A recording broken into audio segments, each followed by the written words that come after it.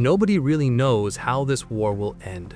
Missiles are flying across the Middle East. Military bases are being struck. Drones are crossing borders. Oil prices are shaking global markets. Every day there are new headlines, new threats, and new questions. The biggest question people everywhere are asking is simple. When will the Iran-Israel war end? And who is actually going to win? At the moment, the honest answer is that no one knows. What we are witnessing right now is not just a sudden fight between two countries. It is the latest and most dangerous phase of a rivalry that has been building for more than 4 decades.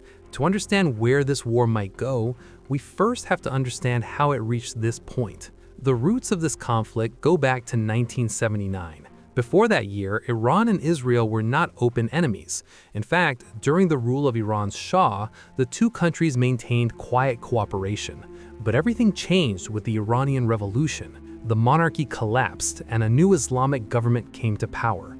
The new leadership in Tehran adopted a completely different foreign policy. Israel was no longer seen as a potential partner, but as an ideological opponent. From that point forward, the relationship between the two states shifted toward hostility. But for many years, they did not fight each other directly. Instead, a long shadow war developed across the Middle East. Iran expanded its influence by supporting groups that opposed Israel. In Lebanon, Hezbollah grew into a powerful armed force. In Gaza, Hamas and Islamic Jihad received support. Iranian military advisors and weapons appeared in Syria and Iraq. Israel viewed this growing network as a strategic threat surrounding its borders. In response, Israel carried out hundreds of airstrikes over the years against Iranian positions in Syria and against weapons shipments intended for allied groups. At the same time, there were cyber attacks, sabotage operations, and intelligence battles between the two sides. One of the biggest points of tension was Iran's nuclear program. Iranian officials have repeatedly said the program is meant for civilian energy and scientific development. Israel and several Western governments, however, fear that the technology could eventually produce nuclear weapons. This issue became one of the most sensitive and dangerous disputes in international politics. For years, diplomacy attempted to control the situation. Agreements were negotiated to limit Iran's nuclear activities. Some of those agreements worked temporarily, while others collapsed under political pressure. Each failure increased mistrust between the sides. As the years passed, the shadow war slowly intensified.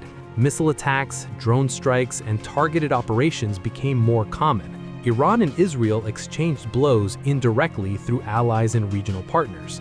What had once been secret or deniable operations gradually became more open. Then the situation escalated dramatically in 2026. In late February, a coordinated military strike by Israel and the United States targeted several Iranian facilities and leadership locations in a major operation. The attack hit sites in Tehran and other cities and killed senior figures in the Iranian leadership. From Iran's perspective, this was a direct attack on their sovereignty and leadership. Tehran promised retaliation, and retaliation came quickly. Iran launched large waves of missiles and drones targeting Israeli cities, US military bases, and allied locations across the region. This marked the moment when the long-running shadow conflict exploded into an open regional war. Missile defense systems in Israel were activated around the clock. Air defenses across the Gulf intercepted drones and ballistic missiles. Aircraft carried out new waves of strikes. Shipping routes in the Persian Gulf became tense and dangerous. The conflict quickly spread beyond the original battlefield. Iran-backed groups in Lebanon launched rockets toward northern Israel. Israeli forces responded with airstrikes. Attacks and counterattacks began to appear across multiple countries and territories. The global impact was immediate.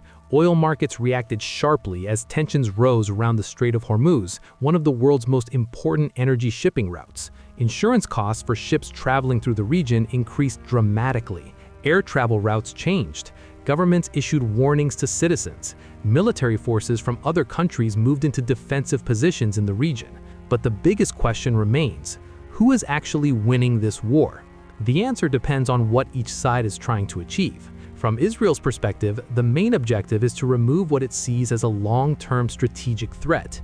Israeli leaders argue that Iran's missile programs, regional alliances, and nuclear capabilities create an existential danger. Their strategy is to weaken Iran's military infrastructure and limit its ability to project power across the region. From Iran's perspective, the war is framed as resistance against foreign aggression.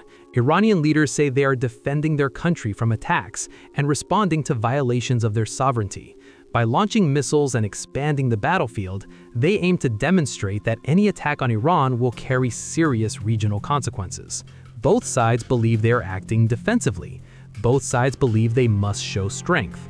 This is what makes predicting the outcome so difficult. Wars like this rarely end quickly. Military power alone does not decide everything. Political stability, economic resilience, international alliances, and public support all play major roles in determining how long a conflict can continue. Israel has one of the most advanced militaries in the world and strong alliances with powerful countries. Iran, however, has a large missile arsenal, regional allies, and the ability to expand the conflict across multiple fronts. That means neither side can easily achieve a decisive victory. Another factor is the risk of escalation. If the conflict spreads further into Lebanon, Syria, Iraq, or the Persian Gulf, it could become a much larger regional war. If more global powers become directly involved, the stakes could increase even further. This is why many international leaders are calling for de-escalation and diplomacy. But wars are unpredictable. Once violence reaches a certain level, it becomes difficult for leaders to step back without appearing weak. History shows that conflicts between regional rivals often end in one of several ways. Sometimes one side achieves clear military dominance. Sometimes a negotiated settlement freezes the situation without resolving the deeper issues. And sometimes wars simply fade into long periods of uneasy tension without a formal end.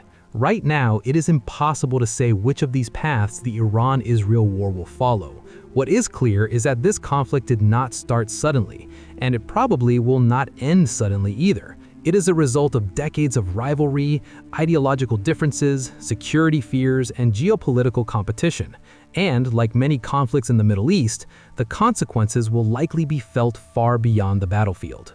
So when people ask the question, when will this war end and who will win, the reality is that the answer has not been written yet.